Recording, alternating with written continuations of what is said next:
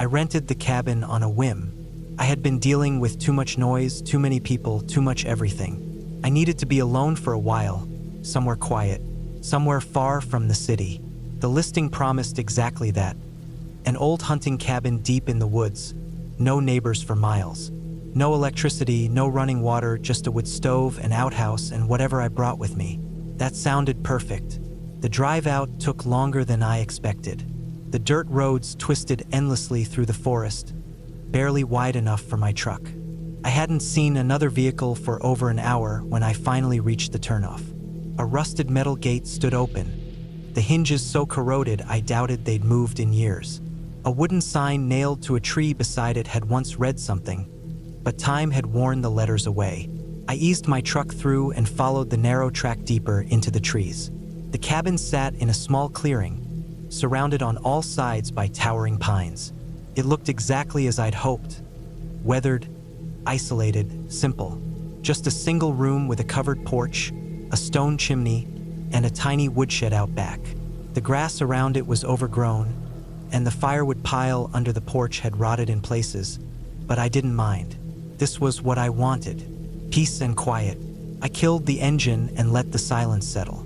No distant hum of traffic, no voices, no distractions. Just the wind shifting through the trees and the occasional bird call. I grabbed my bags and stepped inside. The inside was just as basic as I'd expected. A cot pushed against one wall, a rickety table, a single chair, and the wood stove. Shelves lined one side of the room, mostly empty except for a few rusted cans of food someone had left behind. A bundle of old newspapers sat in the corner, yellowed and brittle. The air smelled of dust, wood smoke, and something faintly sour that I couldn't quite place. I opened a window to let in some fresh air, then started unpacking. I spent the rest of the afternoon gathering firewood and making sure the place was livable. The outhouse was 100 feet behind the cabin, a leaning shack barely holding together. The door was warped, and inside, spiders had taken over every corner. I knocked down the worst of the webs and made sure nothing with too many legs was lurking in the pit below before deciding it would do. By dusk, I had a fire going in the stove and a simple meal heating in a pan.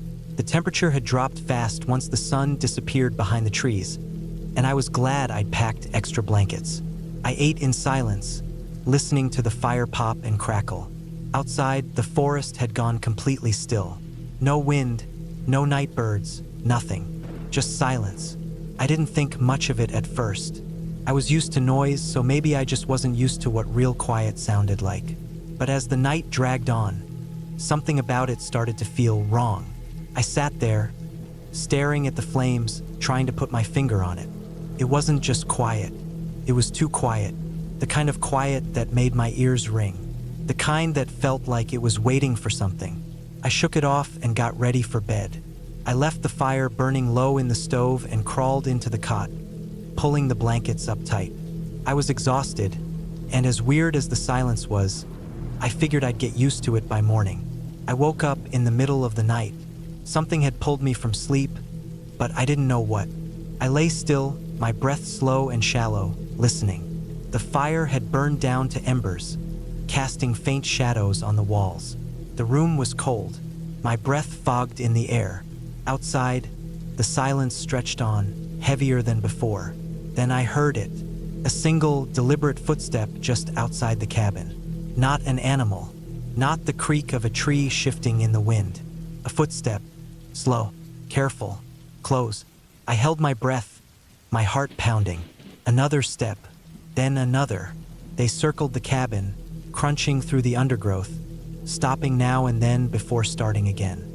I told myself it was probably just a deer or some other animal, but I knew better. Deer didn't walk like that.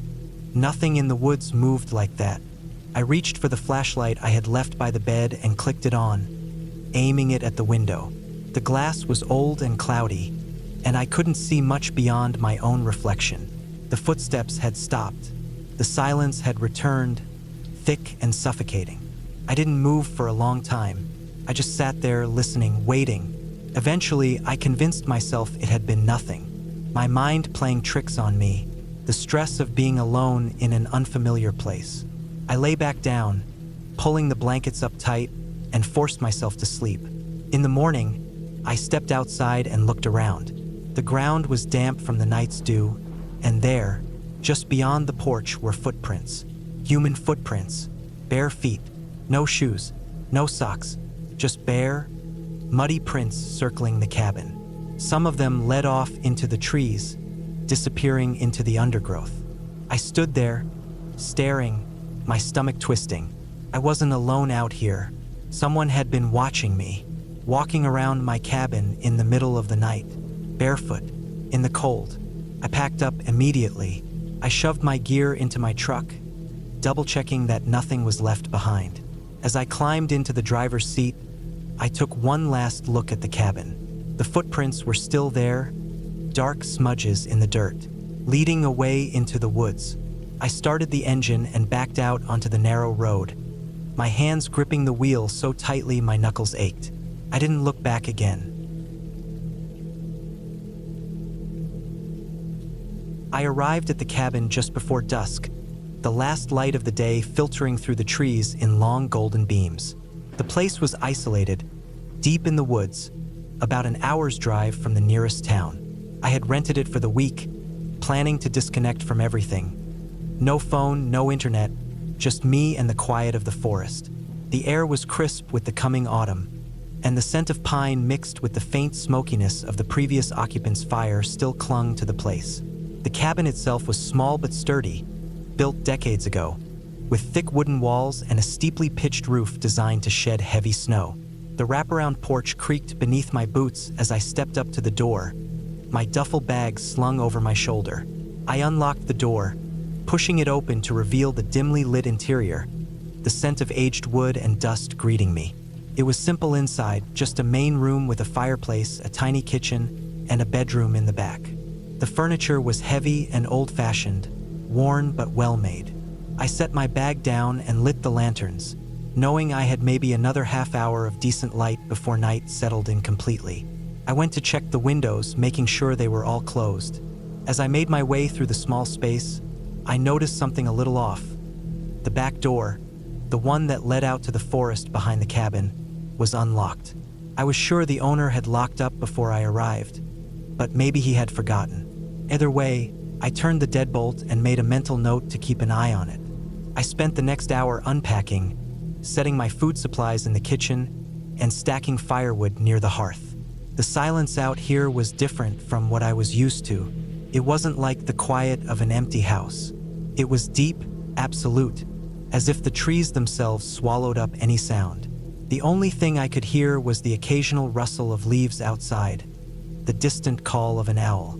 It should have been peaceful, but instead, it felt hollow, like something was missing. By the time night fell, I had a small fire going in the hearth. I sat in the armchair by the fire, sipping a cup of coffee and staring into the flames. The heat was comforting, but I couldn't shake the feeling that something wasn't right. It wasn't anything obvious, just a sensation, a kind of pressure in the air, like the weight of unseen eyes. I decided to shake it off. I was alone, in the middle of the woods. My mind was just playing tricks on me. I turned in early, locking the bedroom door behind me even though I knew it was unnecessary. The bed was surprisingly comfortable, the mattress thick and warm. I fell asleep quickly, but the night didn't pass as easily as I had hoped. At some point, deep into the night, I woke up. The fire had died down, leaving only faint embers casting a dim orange glow. The room was dark, the only light coming from the sliver of moon through the curtain. And then I heard it, a sound, a slow, deliberate creak of wood, the kind of sound an old floorboard makes under shifting weight.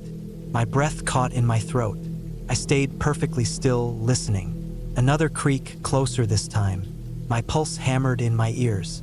Someone or something was inside the cabin. I kept my breathing as quiet as possible, my body frozen in place. My mind raced through the possibilities. Had I locked the front door? I was sure I had. The back door had been unlocked when I arrived. Had someone else been using this cabin before me? Someone who had come back, thinking it was still empty? I waited, listening for more movement. Minutes stretched on, but I heard nothing else. Just the wind outside, the faint crackling of dying embers. Finally, I worked up the nerve to move. Slowly, I reached for the flashlight on the nightstand, clicking it on and sweeping the beam across the room. Empty. I exhaled, but my relief was short-lived. The bedroom door, the one I had locked, was open just a crack. A chill ran through me.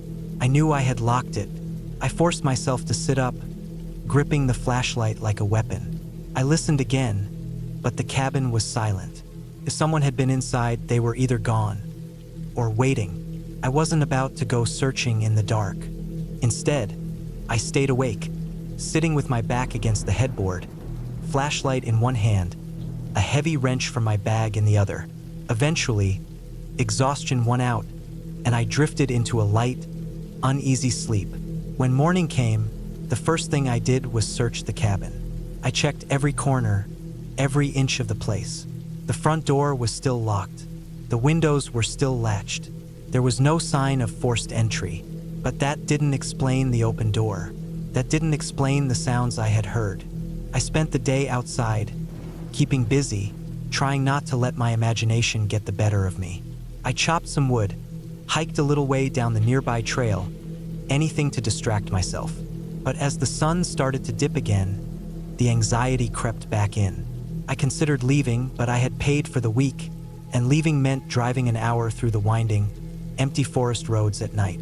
No, I told myself, I was being paranoid. It was just a creaky old cabin settling in the cold. That was all. That night, I locked the bedroom door again. I placed a chair in front of it, a makeshift alarm. I lay in bed, listening, waiting. Hours passed in silence, and I started to believe that maybe it had just been my imagination. Maybe I had left the door unlocked without realizing it. Then, in the dead of night, the sound came again. A slow, deliberate creak, and another, closer this time. My blood went cold.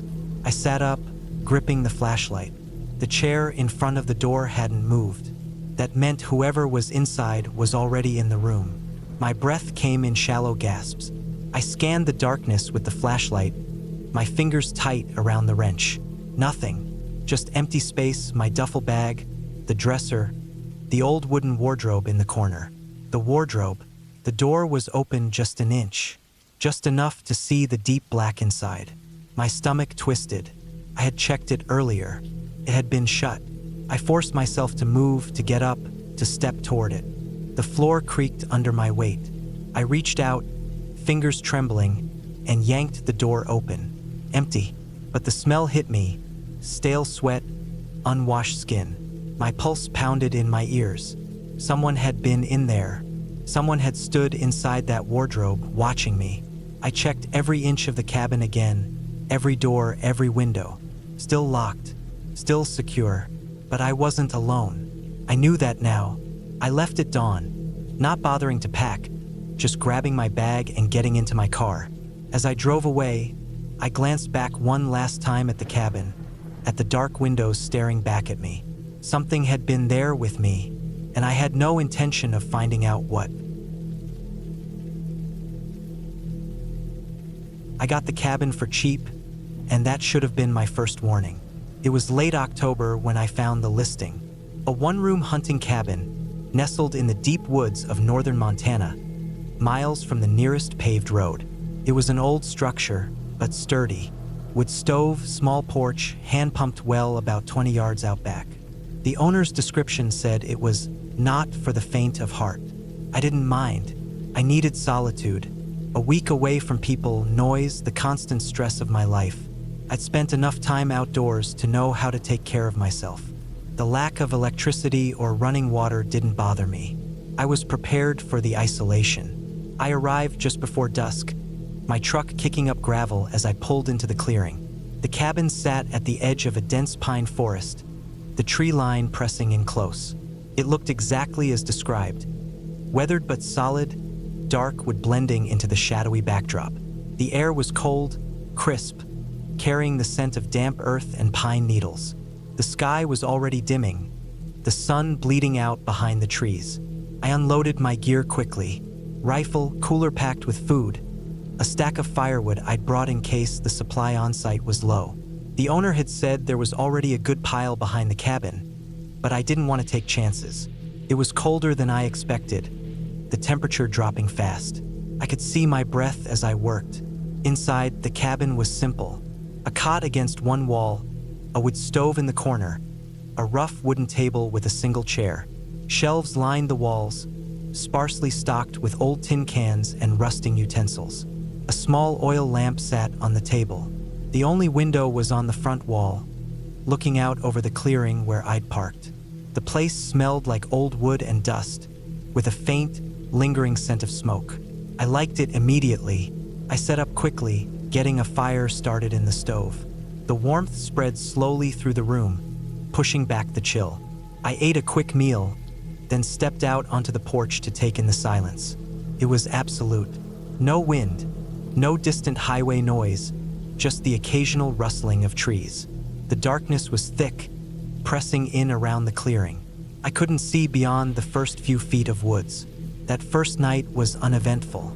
I slept light, waking a few times to the crackling of the fire. The cot was stiff, but I didn't mind. The solitude felt good. The second day, I hiked. I planned to do some hunting, but mostly I just wanted to explore. The forest was dense, untouched, the kind of place where you could walk for miles and never see another person. The ground was covered in thick layers of pine needles, muffling my footsteps. I saw signs of deer, even found a few old tracks that could have been bear. The air was cold but fresh, the kind that filled your lungs and made you feel alive. By late afternoon, I was back at the cabin, feeling good. I spent some time chopping extra firewood, stacking it neatly behind the cabin. The pile was decent, but something about it seemed off. The logs at the bottom were older, damp, rotting in places. They hadn't been stacked properly, just dumped haphazardly. It wasn't what I expected. Someone who relied on this place should have known better than to leave wood like that. That night, something woke me. It was late. The fire had burned low, casting flickering shadows on the walls. The room was cold. I wasn't sure what had pulled me from sleep at first, but as I lay there, still and listening, I heard it. A soft, rhythmic sound. Footsteps, not close but not far, moving through the trees, slow and deliberate. Heavy enough that I knew it wasn't a deer, too slow to be a bear. I stayed still, barely breathing. The steps continued for a minute, maybe two, then stopped. The silence pressed in thick and absolute. I strained to hear anything else, breathing, movement, but there was nothing. Just the wind picking up slightly, rustling the tops of the trees. I told myself it was nothing. Could have been an elk, a moose. Could have been the trees settling, the cold shifting the earth. I forced myself to roll over, close my eyes. Eventually, I fell asleep. The next morning, I checked around the cabin. No tracks. The ground was firm, the pine needles undisturbed. If something had been walking out there, it hadn't left a trace. That day, I stayed close to the cabin. The unease from the night before lingered, gnawing at the back of my mind. I split more wood, made sure my rifle was loaded, spent time reading an old paperback I'd brought along. The hours passed slowly. That night, I barely slept. The wind howled through the trees, and every creak of the cabin made my pulse jump. I kept the fire going, the glow casting just enough light to push back the darkness. I told myself I was being paranoid. Then, just past midnight, the sound came again. Footsteps, closer this time. My skin went cold. I lay there, staring at the ceiling, heart pounding. The steps were slow, methodical. Whoever it was, they weren't trying to be quiet. They moved around the clearing, circling. I gripped my rifle, muscles tense. Then they stopped, right outside the front door. The air was thick with silence. The fire crackled softly, but beyond that, nothing. No wind, no rustling trees. Just the sense of someone standing just beyond the walls. Listening, I held my breath. Minutes passed, an eternity. Then, finally, slow, deliberate footsteps moved away, back into the trees. I didn't sleep after that. The next morning, I found tracks. Heavy boot prints in the dirt, circling the cabin. They led into the woods, vanishing into the undergrowth. My stomach twisted. There was no vehicle, no sign of another camp. Whoever had been out there had walked in from miles away. I packed up, threw my gear into the truck, doused the fire, locked the door behind me. I didn't look back as I drove away. A week later, I got a call from the property owner. He sounded hesitant, choosing his words carefully. "You, see anything weird out there?" I didn't answer. He let out a breath. "Last guy left in a hurry, too." I hung up and never went back. I hadn't planned to stay in the cabin long. It was just supposed to be a quiet retreat, a place to get away from everything for a few days. A friend of a friend had a family cabin up in the mountains, an old one-room place with a wood stove, no running water, and only a weak solar panel set up for a little bit of light. It was remote, tucked at the end of a barely maintained dirt road, surrounded by dense forest. Exactly what I was looking for. The drive up took longer than I expected. The last few miles of the road were rough, more ruts than gravel, and I had to take it slow. I remember thinking it wouldn't be great if I got a flat tire out here. No cell service, no houses, nothing but trees and silence. But I made it. The cabin was smaller than I thought it would be, a squat structure of darkened logs, with a tin roof and a single window on the front. There was a shed nearby, its roof sagging slightly, and an outhouse a little farther into the trees. Everything about the place looked old but solid. Inside, it was basic. A wood stove in one corner, a single cot against the wall, some shelves with a few canned goods, and an old lantern. The air was thick with the scent of old wood and dust. There was a small table with a single chair, and the only light came from the late afternoon sun slanting through the window. It was quiet, the kind of quiet that makes your ears ring. I set my bag down and got to work. First, I unpacked the food and supplies I'd brought, setting them on the shelf. Then I went out to check the woodpile.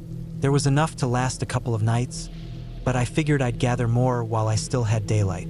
The forest was dense, the undergrowth thick. I stayed close to the cabin, gathering fallen branches and stacking them against the wall.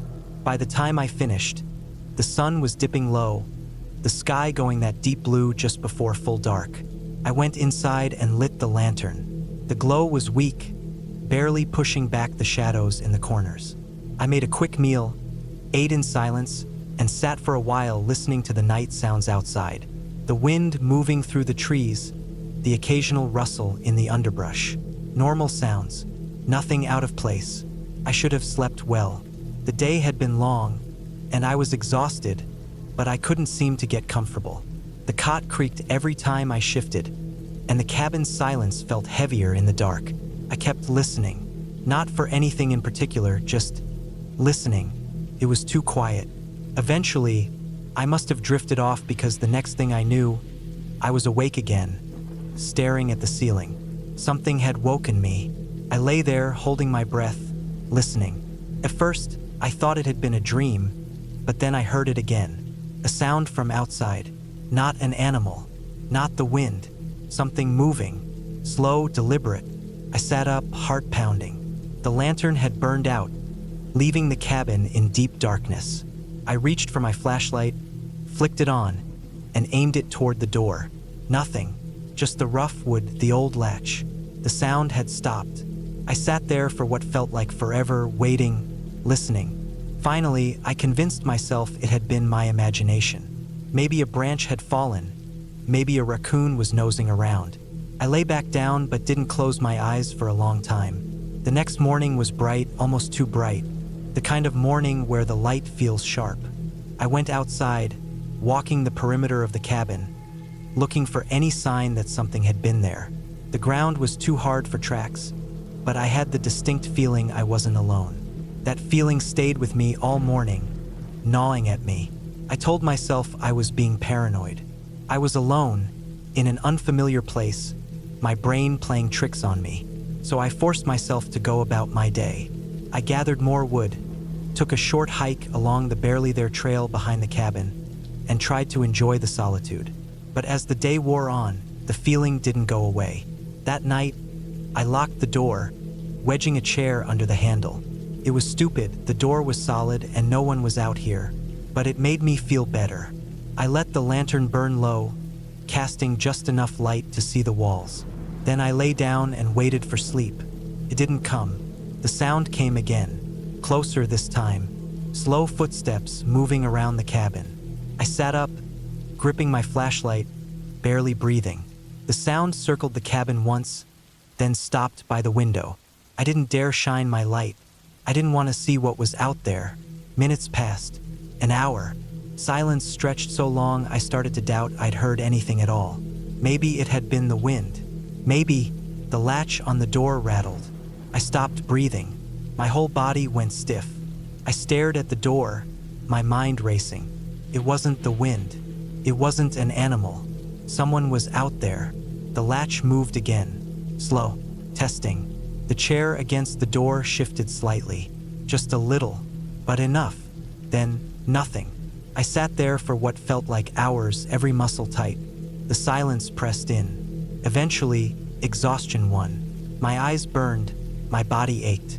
I must have fallen asleep sitting up because the next thing I knew, daylight was filtering through the window. I checked the door first.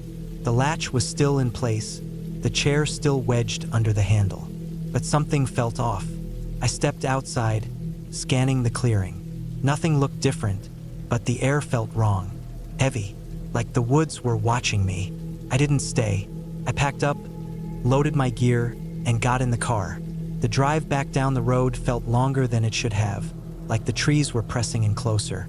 When I finally hit pavement, I let out a breath I hadn't realized I was holding. I never found out who or what was out there. I don't want to know, but I'll never go back to that cabin. Some places aren't meant to be visited. The road leading up to the cabin was nothing more than a rutted, uneven dirt track cut through thick pines and underbrush. It had rained earlier that day, and the potholes were filled with muddy water, making the drive slow and frustrating. My tires slipped a few times, skidding in the wet earth, but I eventually pulled up to the clearing where the cabin stood, isolated in a patch of tall grass and fallen leaves. It was old, built of dark, weathered wood with a steep pitched roof and a single chimney rising from the back. The place belonged to a friend of a friend, someone I'd never met but who had apparently bought the property for hunting. I stepped out of the car, stretching my legs and rolling my shoulders. It was silent out here, so silent it felt unnatural. No distant hum of traffic, no voices, just the occasional rustle of wind through the trees. The sun was starting to dip below the ridgeline, casting long shadows across the clearing. I grabbed my duffel bag and walked up to the cabin's front porch, where a rusty key had been left under a loose board by the door, just as I'd been told.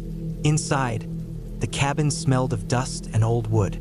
It was simple, a single large room with a cot against the far wall, a table, a few chairs, and a wood-burning stove. A hunting rifle leaned in the corner, and a stack of firewood was neatly piled by the door. The windows were small, making the inside dim even before the sun fully set. I flicked the light switch by the door, but nothing happened. The power wasn't working. I sighed and set my bag down, checking my phone. No service. That didn't surprise me. I'd known this place was off the grid, but I hadn't expected it to feel quite so cut off. Still, I wasn't here to scroll through my phone. I was here for a few days of quiet, a break from everything, and some time to clear my head. I set about making the cabin livable for the night. There was a cooler in my car with some food, and I placed what I needed on the table. I lit a few candles I'd brought and set them around the room, their flickering glow casting shadows across the walls. I checked the rifle loaded. The shells were kept in a small box nearby. I wasn't a hunter, but I knew how to use a gun if I had to. Outside, the woods darkened quickly. I built a fire in the old stone pit a few yards from the cabin and sat by it, listening. The silence wasn't complete anymore. Twigs snapped in the undergrowth. The occasional hoot of an owl echoed from the trees. A light wind stirred the branches overhead. I ate my dinner by the fire, then let the flames die down before heading back inside. As I was closing the door, I had the uneasy feeling that I wasn't alone. I turned, scanning the tree line. Nothing, just the same darkness and stillness. But the feeling lingered. Inside, I locked the door, bolting it with the old latch. I set the rifle within reach and climbed onto the cot, pulling my sleeping bag up around me. The wind picked up outside, rattling the trees. I lay there for a long time, listening, waiting, but nothing happened. Eventually, I drifted into a light, uneasy sleep. Sometime in the night, I woke abruptly. A sound had pulled me from my sleep, but I wasn't sure what it was. I lay still, heart pounding. The fire had died completely, leaving the room in deep shadow. I listened. Then I heard it again, faint but distinct. Footsteps, slow, deliberate. They were outside the cabin. I held my breath, gripping the sleeping bag tightly. My mind raced. An animal? A bear? No, the steps were too precise, too careful. Human. I sat up slowly, reaching for the rifle. The sound stopped. I strained to hear, but the silence pressed in again. Maybe it had been a dream. Maybe my mind was playing tricks on me. Minutes passed. Then another sound. A soft scrape, like someone shifting their weight on the porch. I tightened my grip on the rifle. The door was locked, but the windows weren't reinforced. If someone wanted in badly enough, they could break the glass. I swallowed hard, forcing myself to stay calm. Then, a whisper of movement. Not at the door, at the window. I turned my head slowly, staring at the nearest window, but I couldn't see anything. The candle had burned down to a stub, barely giving off any light. My mind ran through possibilities. A lost hiker? Someone from a nearby property? But there weren't any nearby properties. I checked the maps before coming here. I stayed completely still, my muscles rigid. Then, in the darkness, another noise. A slow, deliberate tapping on the glass. 3 soft taps, then silence. I raised the rifle, aiming at the window even though I couldn't see anything. My breath was coming fast now, my hands sweating. And then footsteps, moving away, slow and steady back into the trees. I stayed awake the rest of the night, rifle in hand, my ears straining for any sound. But nothing else happened. No more footsteps, no more tapping. Just the wind in the trees and the distant calls of night birds. When the sky lightened, I finally moved. My body ached from staying tense for so long. I stood, stretched, and walked to the window. There were footprints in the mud outside. Human footprints. They led from the tree line to the porch and then back again, disappearing into the woods. I packed my things quickly, shoving everything into my bag and heading for my car. I didn't care how bad the road was. I was leaving. As I stepped onto the porch, I glanced back one last time at the cabin. Something was nailed to the door. A single strip of bark, stripped clean, a knife wound driven through it to hold it in place. A message? A warning? I didn't wait to find out. I climbed into my car, turned the key, and drove, not looking back. I never found out who had been out there that night. I never told my friend what had happened. I just knew I wouldn't be going back. I pulled off the winding mountain road just as the sun dipped below the ridgeline, casting long shadows across the forest. My truck's headlights illuminated a narrow dirt path leading to the cabin, an old structure nestled deep in the woods. The place had been in my family for years, though no one had used it in a long time. My uncle had built it decades ago, back when he still thought he'd retire out here.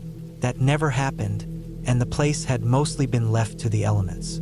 I figured I'd spend a few days up here, get away from everything, enjoy the quiet, maybe do some hunting and fishing. The tires crunched over loose gravel as I pulled up to the front porch.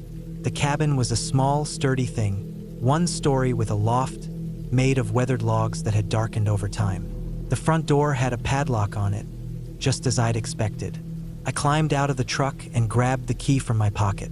It took a little effort, but the lock finally popped open, and I pushed the heavy wooden door inward. The inside smelled of old wood and dust, mixed with the faint scent of animals, probably mice. I flicked on my flashlight, sweeping it around the interior. The furniture was still there, a worn-out couch, a wooden table, a cast-iron stove in the corner. A set of deer antlers hung above the fireplace, the skull bleached white with age. Everything looked just as I remembered from childhood trips up here with my uncle. I set down my bag and started unpacking. I had enough supplies for a few days. Canned food, a couple gallons of water, a small propane stove in case the old wood-burning one didn't work. My rifle was strapped to my pack, along with a box of ammunition. The plan was simple. Spend some time alone, enjoy the solitude, maybe get a deer if I was lucky. The first night was uneventful. I made a small fire outside, cooked a can of chili, and listened to the sounds of the forest. The wind moved through the trees, creating a constant rustling noise. Every so often, I'd hear something scurrying in the underbrush, probably raccoons or squirrels. Nothing unusual. By the time I turned in for the night, I felt relaxed, more at ease than I had in weeks. I woke up sometime past midnight, heart pounding, ears straining. The fire outside had died down to glowing embers, casting a dim orange light through the window. I didn't know what had woken me, but something felt off. The woods were too quiet. I listened for a long time, waiting for the normal sounds to return, but they didn't. No wind, no night animals, just silence. After a while, I convinced myself it was nothing and went back to sleep. The next morning, I walked around the property, checking for anything unusual. I found nothing out of the ordinary, just old leaves, fallen branches, the usual forest debris. I spent the day exploring, hiking through the dense trees, following an old game trail I remembered from when I was younger. I set up in a good spot and waited, rifle resting on my lap, scanning the woods for movement. By late afternoon, I hadn't seen anything. No deer, no small game, not even birds. The woods felt strangely empty, like something had disturbed the natural order. I headed back to the cabin, my unease growing with each step. That night, the feeling of being watched returned. I sat by the fire, staring into the darkness, trying to shake the sensation. I told myself it was just my imagination, that I wasn't used to being alone out here. But deep down, I knew better. Then I heard it. A branch snapped somewhere in the trees, loud and deliberate. Not the random crack of a falling limb, but the sharp sound of something stepping on it. I turned my flashlight toward the woods, but the beam barely cut through the darkness. I couldn't see anything beyond the first few trees. For a long time, I sat there listening, waiting, but the sound didn't come again. Eventually, I forced myself to go inside. I locked the door, slid the bolt into place, and double-checked the windows. I tried to tell myself it was just a deer or a bear passing through, but I didn't believe it. I barely slept that night. Every little noise set me on edge. A gust of wind against the roof, the creak of old wood settling, the faint rustle of leaves outside. Each time, I held my breath, waiting for something more. By morning, I was exhausted. I debated packing up and leaving, but I felt stupid running from nothing. Instead, I grabbed my rifle and decided to take another walk, see if I could find tracks or any sign of what had been near the cabin. What I found made my stomach drop. About 50 yards from the cabin, in a patch of soft dirt, was a footprint. A human footprint, but it wasn't fresh. The edges had crumbled slightly, the way they do after sitting for a while. Someone had been here watching, maybe days before I arrived. I scanned the area, heart hammering. I found more tracks leading deeper into the woods, but they disappeared in the underbrush. I didn't hunt that day. I spent it reinforcing the cabin instead. I nailed wooden planks over the windows, made sure the locks were secure, kept my rifle within arm's reach at all times. I built up the fire early, letting the smoke rise into the sky, hoping it would deter anyone from coming too close. That night, I stayed inside, listening. Around midnight, the noises started again. This time, it wasn't just one branch snapping. It was multiple coming from different directions. Slow, deliberate steps moving through the brush, circling the cabin. I gripped my rifle tight, heart pounding so hard I thought it might shake the walls. Then came the sound of something brushing against the cabin wall. A light, dragging noise, like fingertips running along the wood. I raised my rifle, aiming toward the door, my finger resting on the trigger.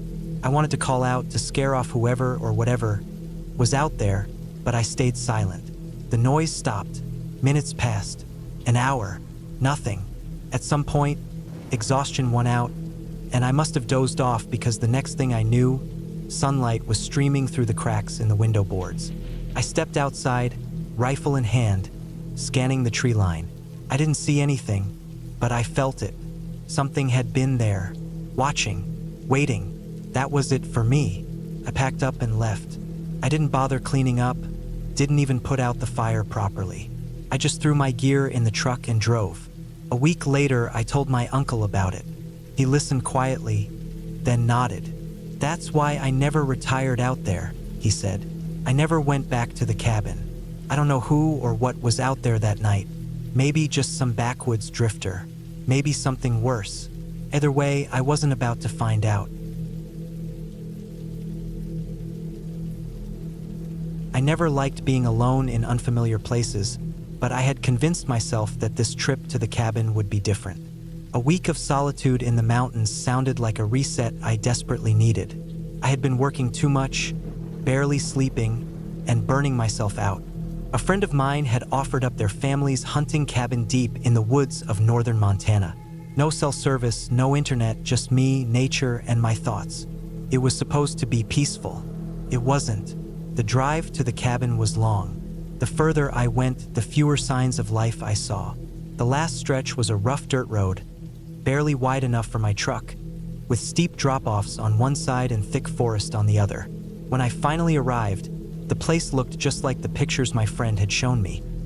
A small, weathered structure with a slanted tin roof and a wraparound porch surrounded by towering pines. It had been in their family for years, mainly used for hunting trips and occasional getaways. There was a small shed out back, a fire pit, and an outhouse a short walk into the woods. No electricity, just a propane lantern and a wood stove for heat. The first thing I noticed when I stepped out of the truck was the silence. No birds, no rustling leaves, just dead, heavy stillness. I brushed it off as my mind adjusting to the quiet after so many years of city noise. I unloaded my gear, brought everything inside, and set up for the week. The cabin smelled of old wood, dust, and something faintly metallic. I lit a lantern, placed it on the wooden table, and sat down to eat a quick meal before nightfall. That first night, I struggled to sleep. Every little sound outside put me on edge. The creaking of the trees in the wind, the occasional snap of a twig. It all made me hyper-aware of just how alone I was. At some point, exhaustion took over, and I finally drifted off. The next morning, I went outside to gather firewood. That's when I saw them, footprints. They weren't mine. They were spaced too far apart, deep in the mud like someone heavy had walked through after the rain the night before. They led from the tree line to the cabin, circled around it, and then disappeared back into the woods. I stood there for a long time, heart pounding. Could have been a hunter passing through, but something about it felt wrong. Why circle the cabin? Why leave without knocking? I told myself I was overreacting, but I couldn't shake the unease. I kept an eye on the woods the rest of the day, looking for any movement. Nothing, just trees swaying in the wind. That night, I barely slept. Around 2 a.m., I heard it. Slow, deliberate footsteps outside. Heavy. I held my breath, listening as they stopped near the front porch. The boards creaked. Someone was out there. I stayed still, every muscle tense, waiting. Minutes passed. Then the footsteps moved again, this time around the side of the cabin, toward the back door. I sat up slowly, heart hammering, straining to hear over my own breathing. Then silence. I waited for what felt like an hour before moving. I reached for the rifle I had brought with me, just in case. I wasn't a great shot, but the weight of it in my hands made me feel slightly less vulnerable. I stayed awake until dawn, gripping the rifle, listening. When morning finally came, I stepped outside. The footprints were there again, fresh in the damp earth. Whoever it was had stood on the porch for a long time. I followed the tracks around the cabin. They stopped at the back door, then led back into the woods. I considered leaving. Something was telling me to go, but I convinced myself I was being paranoid. I had my rifle. I had locked the doors. If someone was messing with me, they were probably just trying to scare me off. The next night, I barricaded the doors. I stacked chairs against them, wedged pieces of wood under the handles. I was determined to stay awake, but at some point, exhaustion won. I woke to the sound of breathing, not mine. It was right outside the cabin wall, slow and heavy. I stayed as still as I could, barely daring to breathe myself. The breathing moved along the wall, toward the window. The lantern was still burning, casting long shadows across the wooden floor. I forced myself to sit up and look. Nothing, but I felt it. Someone was there, watching. I grabbed the rifle and stood, my legs shaking. I moved to the window, peered out into the darkness. The trees stood motionless, the clearing empty. But I knew better. I stayed like that until the first light of dawn. Then I packed my bags. As I loaded up my truck, I did one last check around the cabin. That's when I saw something I hadn't noticed before. Above the back door, carved into the wood, were the words, "Still here." I never drove so fast in my life. I didn't stop until I hit the nearest town miles away. I told my friend what happened. He didn't believe me at first, but when we drove back together a few days later, the words were still there. The footprints had been washed away by the rain, but that message, scratched deep into the wood, remained. I don't know who or what was out there. I don't want to know. All I know is that I'll never go back.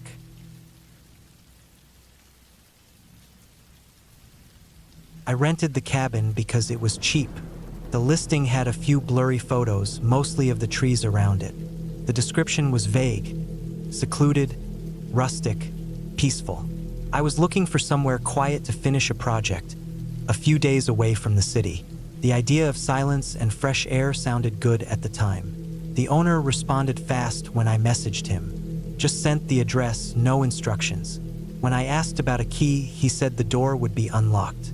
That should have been my first red flag. I brushed it off.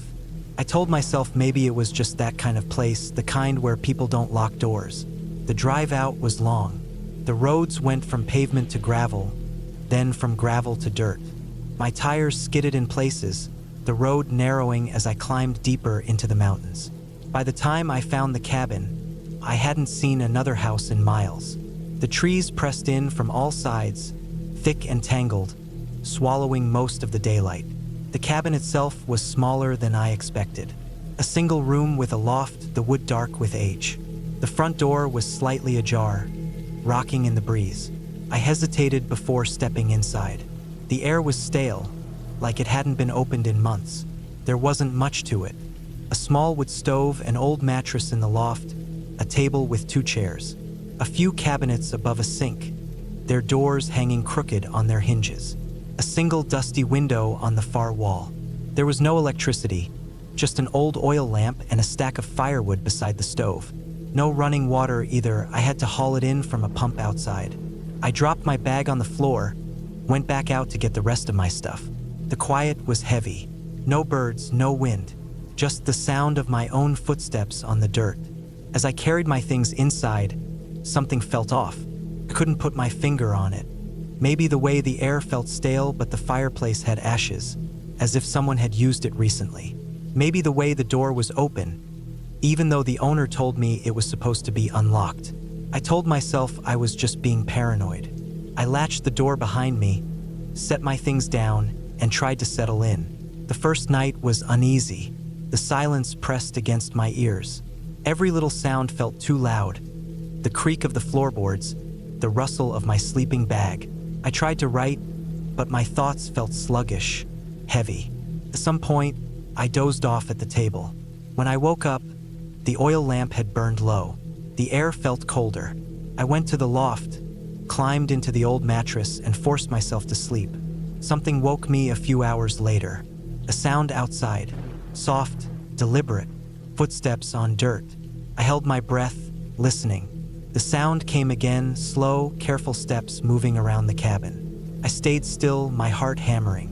Could have been an animal, a deer maybe, but the steps were too steady, not the erratic movement of something four-legged. I waited, barely breathing. The footsteps circled the cabin once, then stopped near the front door. A long pause, then a soft creak, like weight shifting on the wooden porch. The latch on the door rattled. Just once. I stayed frozen. The door was locked. Whoever was out there couldn't get in. Another long pause. Then, footsteps moving away. Slow, unhurried. I didn't move until the first light of dawn.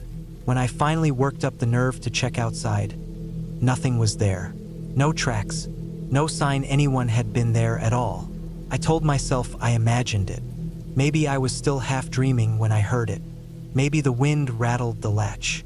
I forced myself to believe that, even though the air had been perfectly still, the second night was worse. I kept the lamp on as long as I could. The dim light cast long shadows, flickering across the walls. I tried to drown out my own paranoia, focusing on my work, but the quiet pressed in. Then, around midnight, the footsteps came again. This time, I knew I wasn't imagining it. Slow, deliberate steps circling the cabin. The same as before. Pause on the porch. Then something new. A sound at the window. A slow drag of fingertips against the glass. I didn't move, didn't even blink. Just stared at the window, at the blackness beyond it. The sound stopped. Another long silence. Then, footsteps moving away. The next morning, I packed my things. I didn't care how much time I had left in the rental. I wasn't staying another night. I went outside to load up my car. That's when I noticed it. The footprints. Bare. Human. Too large to be mine. They circled the cabin, pausing at the window at the door. I didn't stop to think. I threw my stuff into the back seat and got into the car, locking the doors. The engine roared to life, and I tore out of there, dirt and gravel flying behind me. I didn't stop driving until I hit the highway, until the mountains were far behind me. I never called the owner, never asked who else had been staying out there. I didn't want to know. I just know I wasn't alone, and whoever was out there had been waiting, watching, maybe for days, maybe longer. I had been driving for hours, weaving through empty mountain roads that twisted along the edges of dense pine forests. The sun had dipped below the horizon an hour ago, leaving only the faint glow of twilight filtering through the trees. My destination was an old hunting cabin my uncle used to own, a place I had visited a few times as a kid, but hadn't seen in over a decade. It had been years since anyone had stayed there, but I needed a quiet retreat for the weekend, somewhere far from the city and all the noise that came with it. When I finally reached the turnoff, my headlights illuminated the overgrown driveway. The dirt path leading to the cabin was rough and uneven, lined with thick underbrush that had encroached over the years. I eased my truck forward, branches scraping along the sides as I navigated the narrow path. It was slow going, the darkness pressing in from all directions. My only company, the distant sounds of the forest. The cabin sat in a small clearing, barely visible until my headlights swept across it. The wooden structure looked smaller than I remembered, the weathered exterior showing signs of years of neglect. The porch sagged slightly, the front steps warped from exposure. The sight of it sent a wave of unease through me, though I told myself it was just the eeriness of arriving alone in the dark. I cut the engine, and silence settled over me like a heavy blanket. No distant traffic, no hum of electricity, just the wind moving through the trees. I grabbed my bag from the passenger seat and stepped out, my boots crunching on the gravel. The air was crisp, carrying the scent of pine and damp earth. The key was exactly where I remembered, under the third loose plank on the porch. I fumbled with it in the dim light of my truck's headlights before finally fitting it into the rusted lock. The door groaned in protest as I pushed it open, revealing a dark interior that smelled of old wood and dust. I flicked the light switch out of habit, even though I knew there was no electricity. Nothing. I reached into my bag for my flashlight, clicking it on and sweeping the beam across the room. The inside was almost exactly as I remembered: simple wooden furniture, a stone fireplace, and a kitchen with an old propane stove. There were a few cobwebs in the corners, but otherwise it was in decent shape. I set my bag down near the fireplace and turned my attention to getting a fire going. The nights got cold up here, and without central heating, the fireplace would be my only source of warmth. I found a stack of firewood near the hearth, dry enough to use. After a few minutes of effort, flames crackled to life, casting flickering shadows across the cabin walls. With the fire going, I felt a little more settled. I unrolled my sleeping bag on the old couch, figuring it would be warmer than the dusty cot in the bedroom. I ate a quick meal of jerky and granola bars, washing it down with a bottle of water before settling in. The wind had picked up outside, rattling the branches against the cabin walls. The sound was familiar, almost comforting. What wasn't comforting was the faint creaking sound I kept hearing, like footsteps shifting on the porch. I told myself it was just my nerves, that the wind could make anything sound like something it wasn't. But as I lay there, staring at the ceiling, I heard it again. A slow, deliberate creak. I sat up, gripping my flashlight. The firelight didn't reach the windows, leaving them black as tar. I listened, holding my breath. The wind howled, masking any quieter sounds, but I swore I heard something moving just outside. For a long time, I didn't move. I just listened, my heart pounding in my ears. I wasn't sure how much time passed before I finally convinced myself that if something was out there, I needed to see it. I climbed off the couch as quietly as possible, my flashlight held tight in one hand.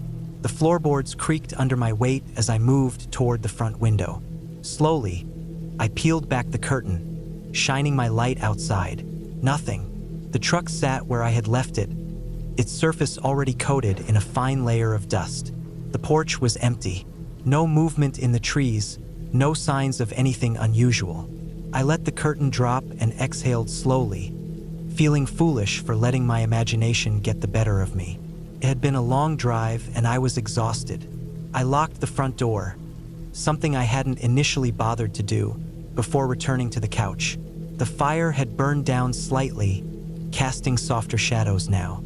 I told myself I was safe. I had to be. Sometime in the night, I woke up. The fire was almost out, just glowing embers now. The room was much darker, but something had pulled me from sleep. I stayed still, listening. A noise, faint but there. It wasn't the wind this time. It was closer, inside the cabin. A soft scuff against the wooden floor. My blood ran cold.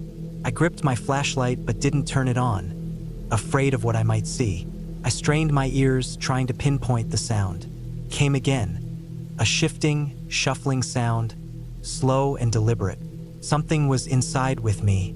I swallowed hard, forcing myself to breathe quietly. The knife I had brought for camp chores was in my bag, a few feet away. If I could reach it. The sound moved closer now. A slow step, then another. I couldn't take it anymore. I flicked on my flashlight and swung the beam toward the noise. For a split second, I saw something, a shape, a figure, but the light hit it and it bolted. The front door slammed open so hard it nearly came off the hinges. I scrambled to my feet, heart hammering. My truck keys, I needed my keys. I snatched them from the table and lunged for the door, nearly tripping over myself as I ran outside. The cold night air hit me like a slap, but I didn't stop. I reached the truck and yanked the door open, hands shaking as I jammed the key into the ignition. The engine roared to life, and I threw it into reverse, my headlights sweeping across the trees. For a brief moment, I saw something in the tree-line. A man, tall, ragged, clothes hanging off his thin frame. His face was obscured by shadow, but I could see his eyes reflecting the light, locked onto me. I didn't wait to see what he would do. I slammed the truck into drive and tore out of there, gravel spitting from my tires. My hands were white-knuckled on the wheel as I sped down the winding road, not daring to look in the rearview mirror. I didn't stop until I reached a gas station nearly an hour away. Inside, under the harsh fluorescent lights, I tried to steady my breathing. My mind raced, replaying what had happened. Had he been living in that cabin, watching it, waiting for someone to show up? I didn't know, and I never went back to find out. A week later, I told the sheriff about what happened. He sent a deputy up to check the cabin, but they didn't find anything. Just an old place, empty and abandoned. But I knew better. Someone had been there, and they had been waiting. The road leading up to the cabin was barely a road at all. It was a single lane of packed dirt, rutted from years of seasonal runoff, winding up into the mountains without a single sign of maintenance. I hadn't seen another car for over an hour, and when I finally reached the turnoff, the GPS signal had long since disappeared. The only marker for the cabin was an old wooden post with a hand-carved number nailed into it, barely visible through the overgrowth. The sun was dipping behind the tree-line, casting long shadows that made everything feel more isolated than it already was. I killed the engine and sat there for a moment, listening to the engine tick as it cooled. The cabin stood about 50 yards ahead, partially obscured by tall pines. It wasn't much, just a small single-story structure with a slanted roof, a covered porch, and a chimney that looked like it hadn't been used in years. It had been advertised as a secluded retreat for the adventurous soul. At the time, that had sounded like exactly what I needed. A few days alone, away from everything, no work emails, no phone calls, no obligations. Just me, the quiet, and whatever I could do to keep myself busy. The air smelled of damp earth and pine needles as I stepped out of the car. It was crisp but not cold, the kind of mountain air that feels fresh no matter how long you breathe it in. I grabbed my bag and headed up the porch steps, the old wood creaking under my weight. The door was unlocked, just as the rental company had promised. Inside, the cabin was simple: one main room with a kitchenette, a small table, and a single armchair by the fireplace. A narrow hallway led to the bedroom and a tiny bathroom. No TV, no Wi-Fi, just a few shelves of old books and a single oil lamp in case the power went out. It was perfect. I spent the first few hours settling in, unpacked my bag, made a small dinner, and sat on the porch with a beer, watching the last of the daylight disappear behind the ridgeline. The only sounds were the occasional rustling of leaves and the distant call of some unseen bird. It was the kind of quiet that wasn't just peaceful but absolute. The kind that made you hyper-aware of every sound your own body made. Your breathing, the rustling of your clothes, the way your footsteps seemed unnaturally loud against the wooden floorboards. That night, I woke up to something moving outside. It wasn't much, just a soft crunch of leaves, barely audible over the wind. At first, I told myself it was nothing, probably just a deer or some other animal passing through. But as I lay there in the dark, the sound didn't go away. It moved, slow and deliberate, like someone walking barefoot through the underbrush. I held my breath and listened. The noise came from the left side of the cabin, near the porch. It was too heavy for a raccoon, too slow for a deer. Something was out there. I didn't have a gun, but I did have a heavy-duty flashlight. I grabbed it from my bag and switched it on, flooding the room with harsh white light. The sound stopped. The silence that followed was worse than the noise itself. I waited, my heart hammering in my chest. After a few minutes, I convinced myself I was being paranoid. Maybe it had been the wind shifting the trees, or an animal that had already moved on. I turned off the flashlight and lay back down. It took a long time to fall asleep. The next morning, I went outside to check. There were footprints in the dirt. Not boot prints, not shoes, bare feet. They led from the edge of the tree line to the porch, stopping just short of the steps. Then they turned and went back the way they had come. The sight of them sent a shiver down my spine. They were fresh, made sometime during the night while I was asleep inside. I told myself it had to be some local messing with me. Maybe a hiker who had wandered too far and got lost. But why come so close to the cabin? Why just stand there? I spent the rest of the day on edge. Every creak of the trees, every shift of the wind put me on alert. I kept the flashlight close, double-checked the locks, and tried to focus on anything else. I read. I walked down to the creek. I did everything I could to convince myself I wasn't being watched. That night, it happened again. The same slow footsteps, moving through the trees. This time, they came closer. I didn't move. I just lay there in the dark, listening. The footsteps stopped at the porch. A long silence followed. Then, the unmistakable sound of the porch boards creaking under weight. Someone was standing right outside the door. I gripped the flashlight, but I didn't turn it on. If I turned it on and saw someone standing there, what would I even do? I didn't have a weapon. I didn't have cell service. I was completely alone. The porch creaked again, and then, slowly, the footsteps moved away, back into the trees. I stayed awake until dawn. As soon as there was enough light to see, I went outside. The footprints were there again, clear in the dirt. They had stopped right at the door. I wasn't staying another night. I packed up my things in record time, threw everything into the car, and peeled out of there so fast I nearly skidded off the road. I didn't look back. I didn't stop until I hit pavement, where I finally let out a breath I hadn't realized I'd been holding. When I got back home, I called the rental company. I didn't mention the footprints. I just told them I had to leave early, and I asked if anyone else had ever reported strange activity up there. The woman on the phone hesitated before answering. Then she said something that made my stomach drop. No one's rented that cabin in years. I hung up without saying another word. I needed a break from everything: work, city noise, people. A friend had mentioned a cabin way out in the woods, about a 4-hour drive from where I lived. It belonged to an old family member of his who had passed, and no one really used it anymore. He told me it wasn't anything fancy, just 4 walls, a roof, and enough space to stretch out for a weekend. That was exactly what I wanted. I packed light, took my dog, filled up my truck, and drove out early in the morning, aiming to reach the cabin by midday. The road got worse the deeper I went into the forest. Pavement turned to gravel, then to a narrow dirt path with deep ruts that made my tires struggle. I kept checking my GPS, but service had dropped off miles back, and I was relying on a crude offline map I had saved. The trees pressed in close, thick pines and bare-limbed oaks that blocked most of the sky. Eventually, the road dead-ended in a small clearing, and there it was, the cabin. A squat, weathered structure with a slanted tin roof, a front porch missing a few planks, and one window boarded up. It looked rough, but it would do. I killed the engine, grabbed my bag, and let my dog out. He was a big German shepherd, always alert, ears perked as he sniffed the air.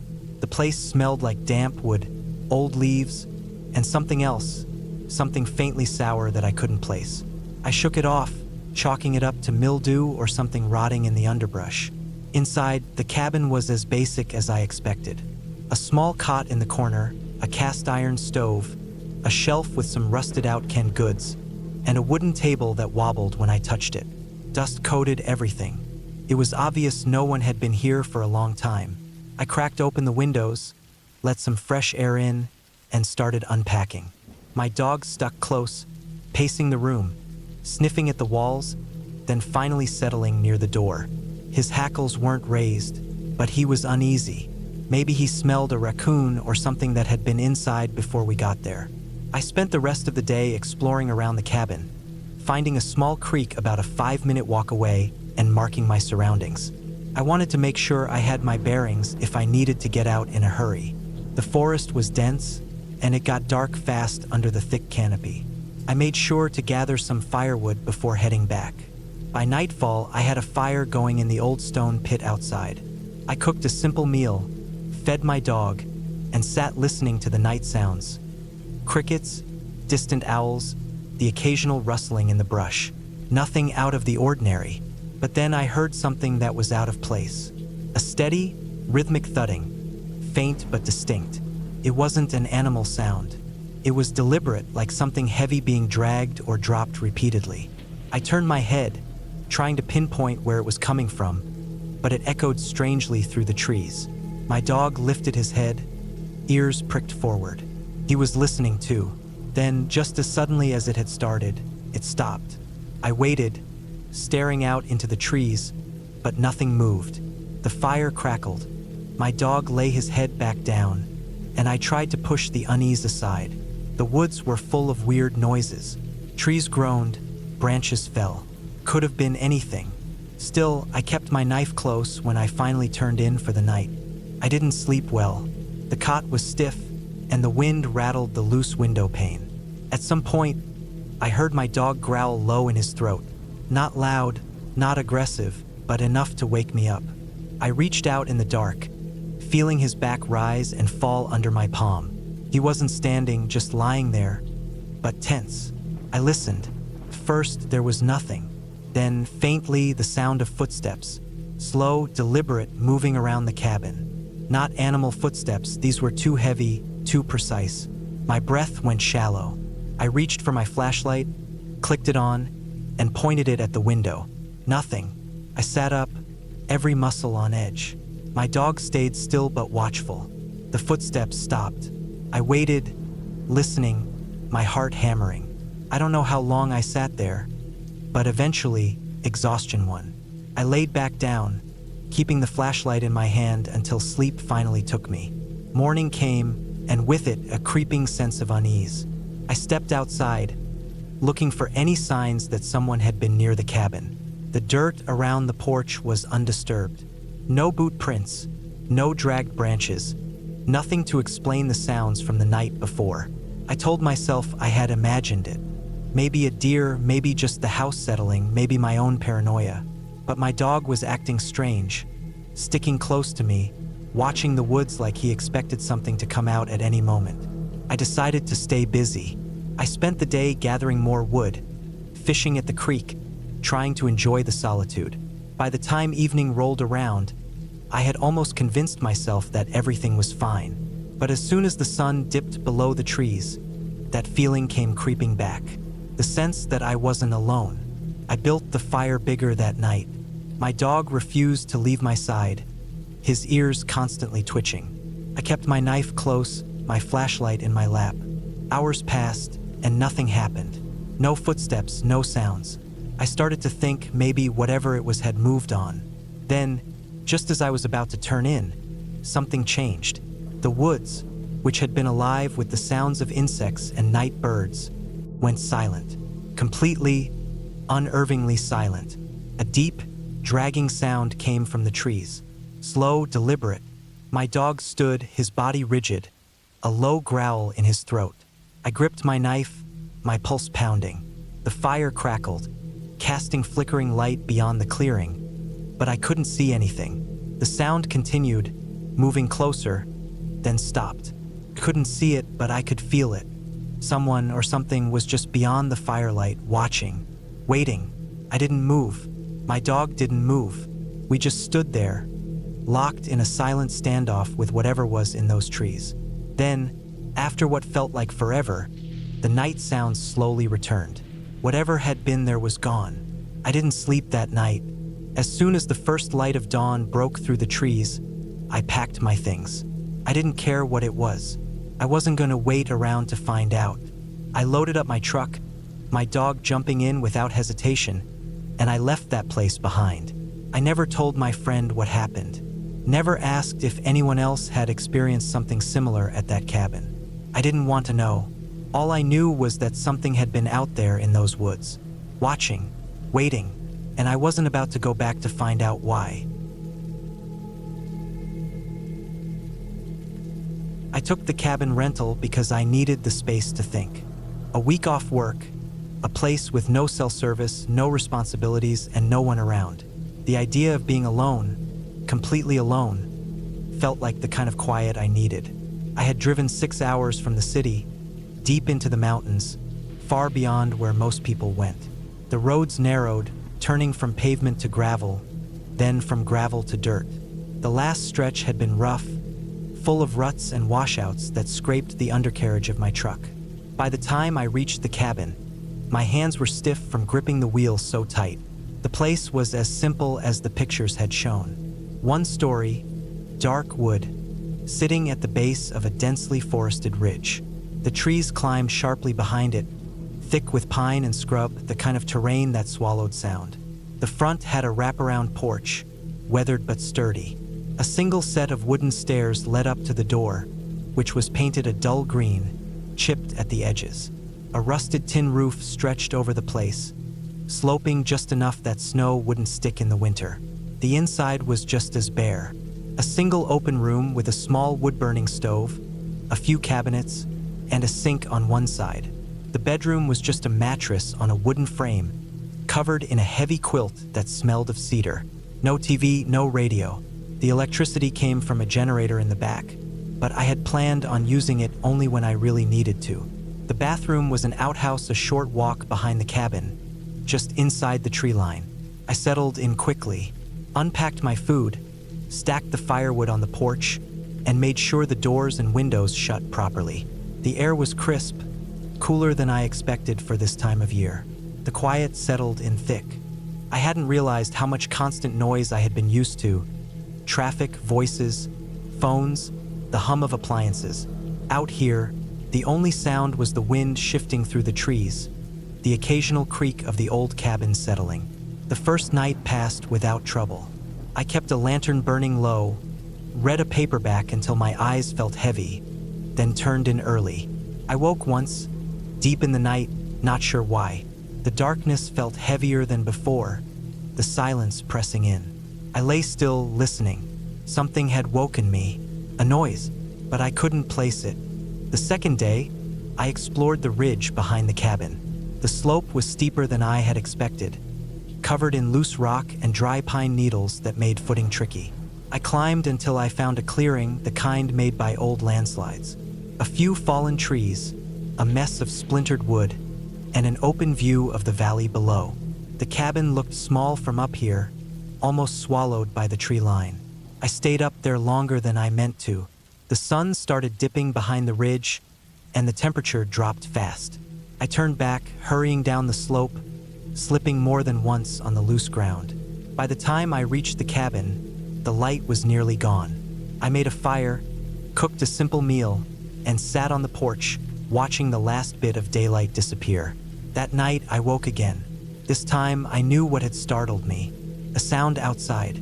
Not the wind, not the usual creaks of the cabin. Something moving. I sat up slowly, straining to hear. There it was again, a soft crunching. Footsteps, just beyond the porch. I reached for the flashlight on the nightstand and clicked it on, aiming the beam toward the window. The glass reflected most of it back at me, but through the glare, I saw movement. A shape just outside. I stayed frozen, barely breathing. The shape moved again, slow, deliberate. Not an animal. Too steady, too careful. Then silence. I waited. 5 minutes. 10. My hands felt cold, fingers stiff from gripping the flashlight. I didn't hear anything else. Finally, I let out a slow breath and climbed out of bed. I kept the flashlight on, moved to the window and looked out. Nothing. I stood there for a long time, watching. The darkness outside seemed thicker than before, the trees pressing in close. I didn't see anything, but I couldn't shake the feeling that something had been there, that something had been watching. I barely slept the rest of the night. Every sound made my skin crawl. Every shift in the wind sent a spike of adrenaline through me. I kept expecting to hear those footsteps again. By morning, the feeling hadn't faded. I stepped outside carefully, scanning the ground. The dirt around the cabin was mostly dry and packed hard. But just beyond the porch, in a patch of looser soil, I saw them. Footprints. Not mine. Bare. Human. They led from the tree line, stopped just at the bottom step of the porch, then turned back. I felt my stomach twist. The nearest town was miles away. I hadn't seen another person since I left the highway. There was no reason for someone to be out here. No reason for them to come so close, then leave without a word. I spent the day on edge, checking the tree line, trying to convince myself that it was just a hiker passing through. Someone lost, maybe. Someone who didn't mean anything by it. But the feeling didn't go away.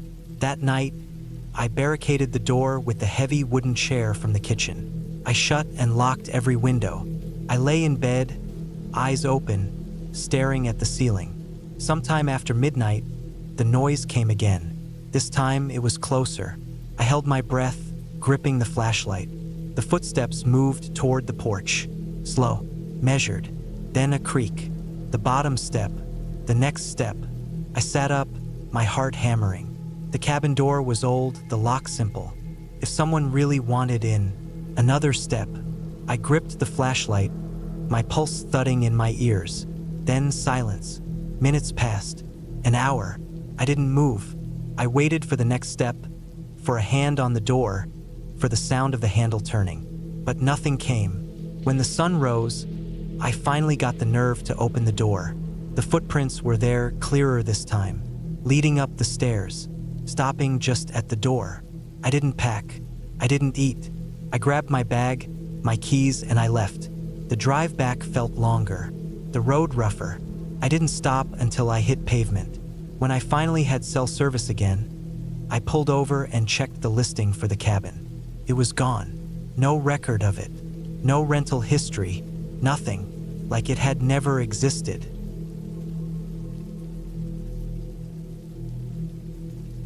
The drive to the cabin took longer than expected. I had planned to reach it before dark, but the winding forest roads, the occasional downed branch, and the thickening mist had slowed me down.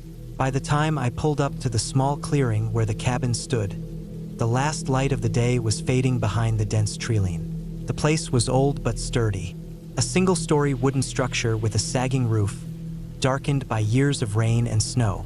The porch creaked under my boots as I climbed the few steps up to the door. I pushed it open and was met with the musty scent of wood, dust, and something else. Something faint, like old sweat or damp earth. I dropped my bag inside and locked the door behind me.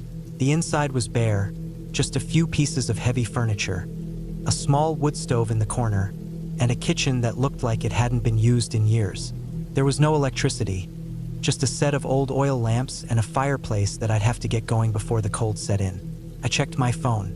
No service. I wasn't surprised. The nearest town was almost an hour away, and the last time I had checked the maps, there were no towers anywhere close. I had brought a battery-powered radio for emergencies, but I hadn't tested it yet. I figured I'd get to that later. The first thing I needed was firewood. I had noticed a small pile outside when I pulled up, but it was damp from the afternoon drizzle. I grabbed my hatchet and headed towards the treeline. The forest was silent except for the occasional rustling of leaves in the wind. I found a few dry logs near a fallen tree, split them quickly, and carried them back inside. Once the fire was going, the cabin felt a little less lifeless. I made a quick meal from the supplies I had packed. A can of beans heated over the fire, some crackers, and a bottle of water. The silence pressed in on me as I ate. No cars, no voices, just the occasional pop from the burning wood and the wind pushing against the trees outside. I had chosen this place for the isolation. I needed to clear my head, to get away from everything for a while. But as the darkness settled in completely, the isolation felt different. Less like a break and more like something pressing down on me. I decided to turn in early. I unrolled my sleeping bag on the old cot in the corner, checked the lock on the door one last time, and lay down, listening to the fire crackle as I drifted off. I don't know what woke me up, maybe the cold. The fire had burned down to just glowing embers, and the air was colder than it should have been. I sat up, rubbing my arms, and then I heard it, a noise outside, not the wind, not an animal, something deliberate, a slow, heavy movement just beyond the cabin walls. I held my breath and listened, stopped for a moment, then resumed.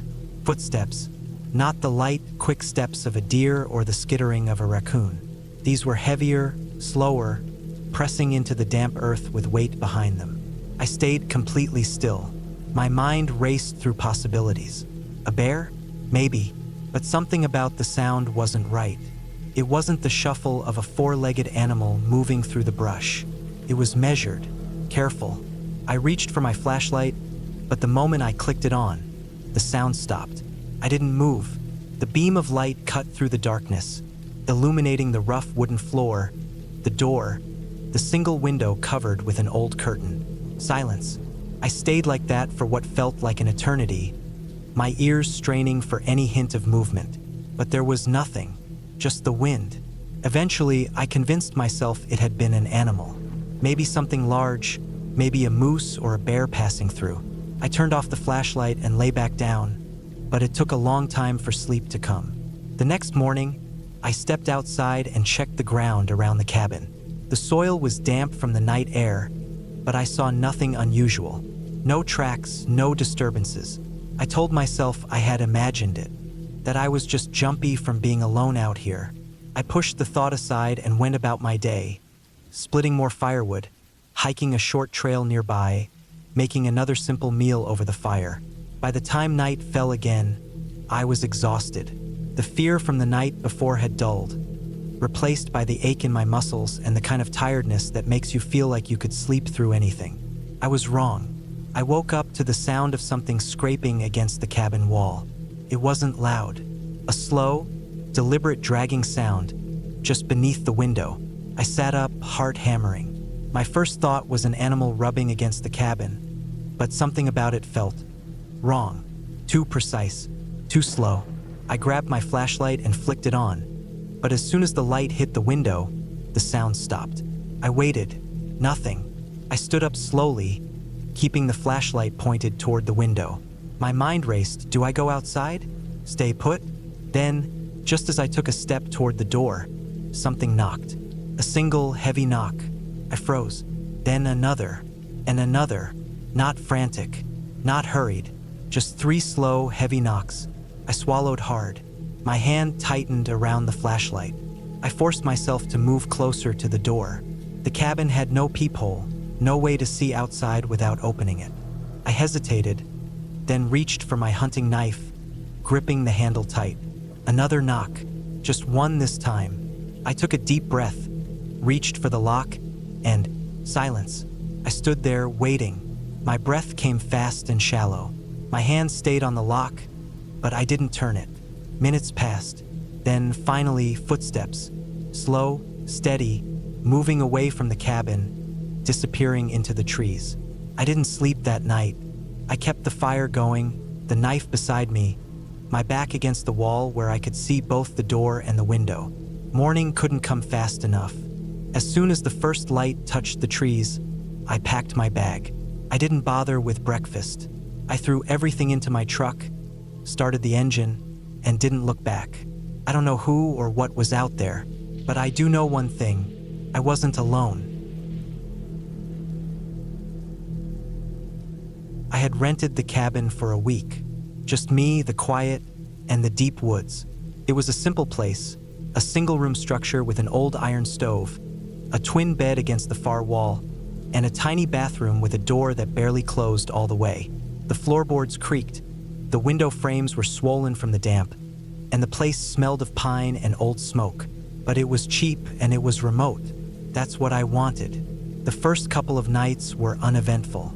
I spent my days hiking the narrow trails that wove through the forest, my evenings cooking simple meals on the stove, and my nights listening to the wind move through the trees. There were no nearby cabins, no roads within miles, and no cell service. That had been the appeal, complete solitude. On the third night, I woke up suddenly. No noise had woken me, at least none I remembered, but my skin was buzzing, my heart thudding like I had just been startled. The cabin was pitch black, and for a few moments, I lay there, staring at the ceiling, trying to figure out what had pulled me from sleep. Then I heard it, a soft, steady noise, a faint tap, tap, tap. I held my breath, listening. The sound wasn't inside. It was coming from outside the cabin, rhythmic and deliberate. At first, I thought it might be a branch against the window, but the noise wasn't coming from that direction. It was coming from the front door. I didn't move. I barely breathed. My mind ran through the possibilities, an animal, the wind shifting something, maybe even a loose shutter. But the taps continued, slow and even not random like an animal might make. I sat up as quietly as I could and reached for the flashlight on the floor next to my bed. When I clicked it on, the soft yellow beam illuminated the rough wooden walls, the empty chair near the stove, the closed front door. The tapping had stopped. For a long time, I sat there, listening to the silence, the blood pounding in my ears. Then, after what felt like an eternity, I lay back down, gripping the flashlight like a weapon. It took me hours to fall asleep again. The next morning, I walked outside to check the area around the door. The ground was soft from the recent rain, and I could see my own footprints from when I had arrived. But there were other marks too. Not footprints exactly, but something had disturbed the earth in front of the door. Small indentations, like something had been tapping lightly against the dirt. I told myself it was nothing, maybe a raccoon or a porcupine. I tried to ignore the uneasy feeling that had settled deep in my gut. That evening, I made sure to lock the door and wedge a chair under the handle, just in case. I kept the flashlight within arm's reach, But I told myself it was paranoia. I tried to push it from my mind. Just after midnight, I woke up again. This time, the sound was different. It wasn't the tapping. It was the sound of something moving outside. A faint rustling, then silence, then the creak of a branch shifting under weight. I stayed perfectly still, listening. It was close, whatever it was. Maybe just outside the window. The cabin had a single window, small and high on the wall, with an old warped pane of glass. There were no curtains, nothing to block the view if I stood up and looked out. I couldn't bring myself to do it. The sound moved again. This time, I was certain it was right outside. A shuffling noise, slow and careful, like something testing the ground before stepping. I felt a cold sweat break out on my back. The flashlight was in my hand, but I didn't turn it on. I just lay there, staring at the dark ceiling, willing myself not to move, not to breathe too loud. I don't know how long it lasted. It felt like hours. And then, just as suddenly as it had started, the noise stopped. Silence pressed against the walls of the cabin, and I stayed awake until dawn. By the time daylight filled the woods, I had convinced myself I was overreacting. Sleep deprivation, the isolation, the natural sounds of the forest. All of it was playing tricks on me. Still, I couldn't shake the feeling that I was being watched.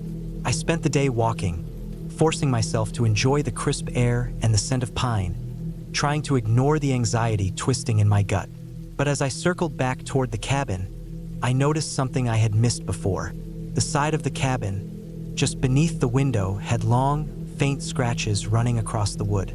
Not deep, not obvious at first glance, but definitely there. That night, I locked the door again, pushed the chair against it, and sat awake for hours with the flashlight in my hand. I told myself I would leave in the morning, just pack up and go. It wasn't worth another night of this, but something had other plans. Sometime past midnight, the sound started again. Not the tapping, not the rustling. This time, it was the unmistakable creak of wood under weight. A slow, deliberate pressure against the front porch. A pause, then another creak. I sat up, my pulse hammering in my throat. My flashlight was off, but I could just barely make out the dim outline of the door in the darkness. The noise came again. This time, the sound of something pressing against the wood, testing it. I gripped the flashlight but didn't turn it on. I didn't want to see. The pressure against the door grew. It wasn't forceful, not an attempt to break in. Just steady, like something was leaning its weight against the wood. Then, slowly, the door handle rattled. Once, twice. My stomach twisted. I stayed frozen in place, every muscle locked. The handle rattled again, harder this time, like someone was checking if it was locked. Then silence. Minutes passed. I don't know how long, maybe an hour. And then, finally, the weight against the door shifted. The slow creaks of the porch boards, the faint sound of something moving away into the trees. I didn't sleep for the rest of the night. As soon as the sun came up, I packed my bag and left. I didn't even bother making breakfast. I didn't stop to check the door or the porch or look for tracks. I just grabbed my things, threw them in the car, and started driving. I didn't look back. It was only hours later, when I finally stopped for gas, that I noticed something. My hands were still shaking, and when I reached for my wallet, something cold trickled down my spine. There, on my sleeve, were 3 thin scratches, just like the ones on the side of the cabin. I don't know what was out there. I don't want to know, but I'll never go back to that place again. I don't know why I thought staying in that cabin alone was a good idea. It wasn't my first solo trip, not by a long shot, but something about this one felt off before I even got there. Maybe it was the way the rental agent hesitated before handing over the keys, or the way she asked, twice, if I was sure I'd be staying alone. Maybe it was the drive up, the winding mountain road slick from recent rain, the thick trees crowding the narrow lane, branches arching over like they were trying to close me in. The cabin sat at the end of a long, rutted dirt driveway, barely wide enough for my truck. It looked older than I expected, not run down exactly, but worn in a way that made me uneasy. The logs were dark with age, the roof sagged just slightly in the middle, and and the front porch was cluttered with leaves that looked like they had been there for months. There was a woodshed off to the side, stacked high with logs, and beyond that, the forest pressed in thick and uninviting. The moment I stepped inside, the air felt stale, like no one had been there in a long time. It smelled like damp wood and old dust, and the floorboards creaked under my boots. There was a main room with a wood stove and an old couch, a tiny kitchen with a gas stove that looked like it hadn't been used in years, and a bedroom with a heavy wooden bed frame that took up most of the space. A single window faced the back of the property, looking out over nothing but trees. I set my gear down and went back out to unload the rest of my supplies. The whole time, I couldn't shake the feeling that something was watching me. I told myself it was just the isolation. I had stayed in remote places before, but this one felt different, heavier, like the forest was pressing down on me. I forced myself to shake it off, stacking firewood near the porch and checking to make sure the door locks worked properly. They did, but they felt flimsy. By nightfall, the temperature had dropped, and I got a fire going in the stove. The light flickered against the walls, casting shifting shadows, making the room feel smaller. I ate a quick meal, read for a while, then decided to turn in early. As I lay in bed, I could hear the forest outside, the occasional rustling of branches, the distant call of an owl. Normal sounds, but in that cabin alone they felt unnatural. At some point, I must have dozed off, but something woke me. A noise outside, a soft, deliberate crunch of leaves. My body went rigid, my breath caught in my throat. I waited, straining to hear, but everything was silent. I told myself it was an animal, a deer maybe, or a raccoon sniffing around, but the feeling in my gut said otherwise. I reached for my flashlight and eased out of bed. The floor was cold against my feet as I crept to the window. The glass was old, slightly warped, making the view outside distorted. I couldn't see anything, just darkness and the vague outline of trees swaying in the wind. I waited, listening, my heart pounding. Then I heard it again, closer this time.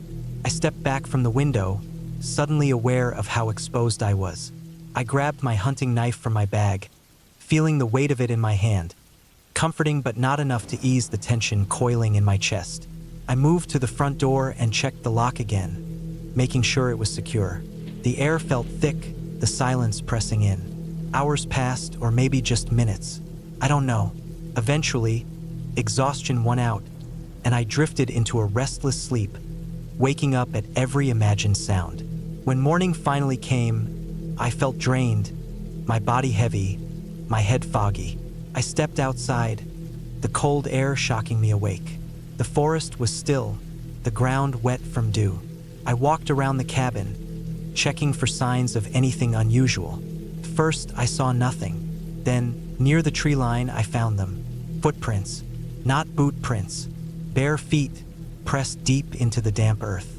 Large, too large to be anything normal. They led from the trees to the edge of the clearing, stopping just before the cabin. A sick feeling coiled in my stomach. Someone had been out here last night, standing just yards from where I slept, watching. I looked around, scanning the trees, but there was nothing, just silence. I followed the tracks a few feet, but they disappeared into the undergrowth, swallowed by the forest. I went back inside, locked the door, and sat by the fire, trying to calm my racing thoughts. I told myself it could have been anything, but I didn't believe it. That night, I barely slept.